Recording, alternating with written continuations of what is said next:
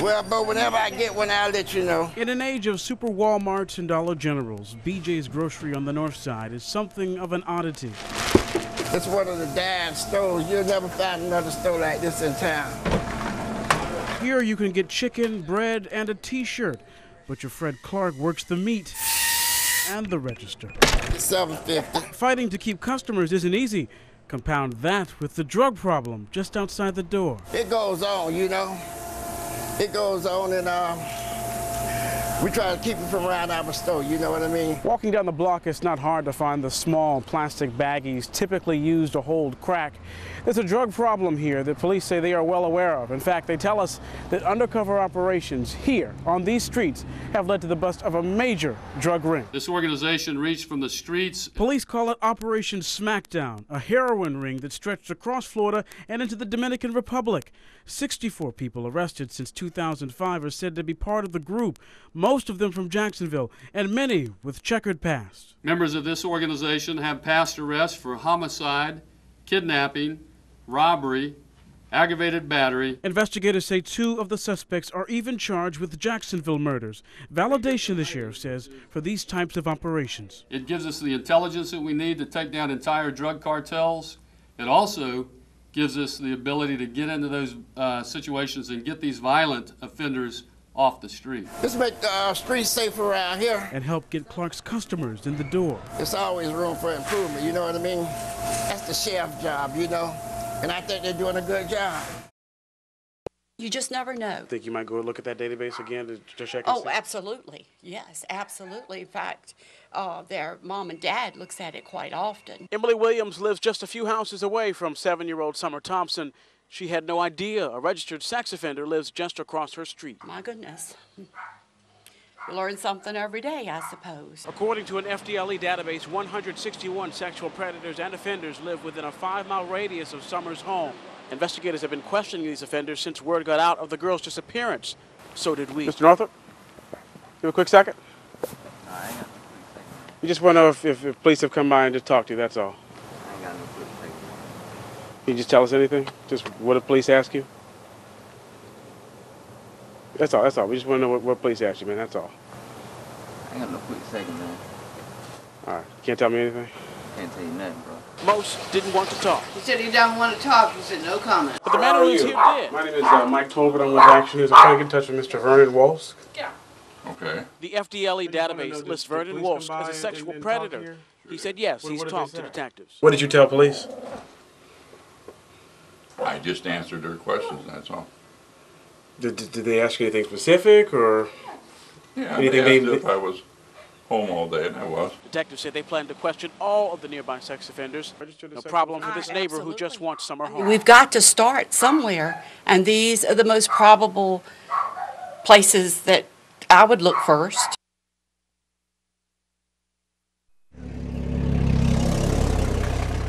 That's my friend Taylor. Love him to death. All my life, we all do. Charlie Tater Williams lives in this north side home with 8 others. Around 7:30 Sunday morning, he was walking back here when he saw smoke and flames coming from upstairs. He didn't think twice. He went upstairs through the flame. Clarence Brigman says he was asleep when Williams busted down his door. So I didn't know what was going on because I was in a deep sleep. And he kept hollering fire, fire. He was so hysterical.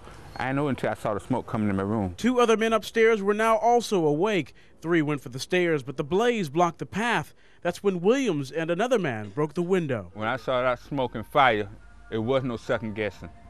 I'm either gonna get burned up or I'm going out that window.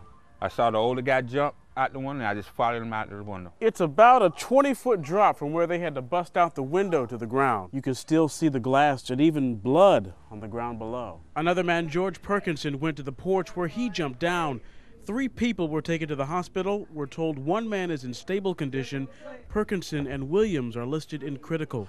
Hours after the blaze, Brigman and his fellow roommates are left with the clothes on their backs. I know where to stay, nowhere to go, no clothes, no food, no nothing. But they are thankful to have their lives, and they plan to pray for the 2 still fighting for theirs, especially a man nicknamed for his love of meat and potatoes. He's my friend, he's my hero, and he always be a place in my heart for him. A man they hope to see back at the dinner table real soon. That's my friend Taylor. Reporting on the north side, Mike Tolbert, Fox 30 News. Mike Tolbert is here now, and he's been following the story for us all day long and across the country. Mike, how was Morton able to get a job here, especially with the kind of record that you found on him?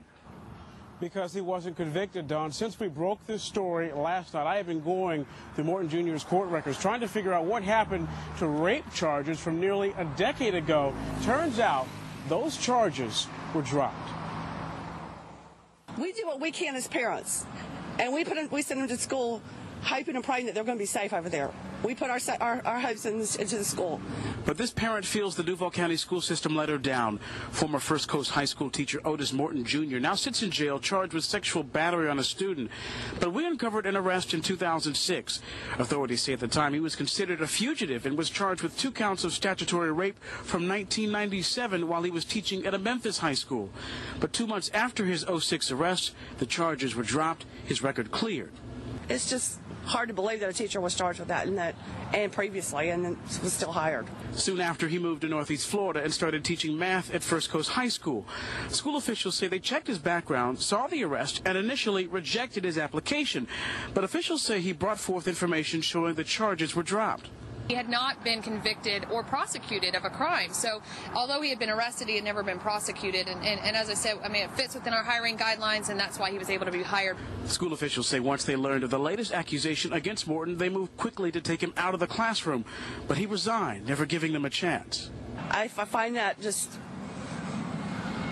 I find it inexcusable, to be honest with you. A moot point for this parent who says he never should have been there in the first place. You're innocent until proven guilty, but as a parent, if there's even an inkling of a chance and he's being charged, I don't want him, I don't think he should have any, I don't think he should be around children.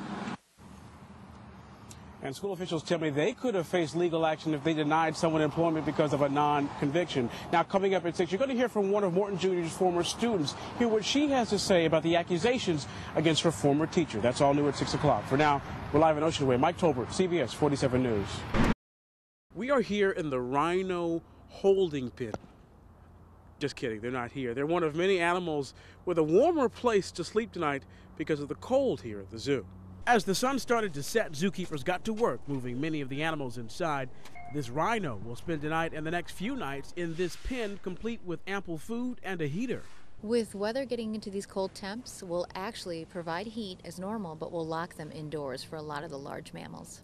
This is Duke, a male giraffe. So Duke, how's the weather up there? Pretty cold, huh? Why the long face? Have you ever heard of a Snuggie? I don't know if they make them in your size, though. Duke will join his fellow giraffes inside the zoo's version of a deluxe apartment in the sky. They've got heat along with a 20-foot ceiling. The birds down the way have lamps in their pens to keep them warm.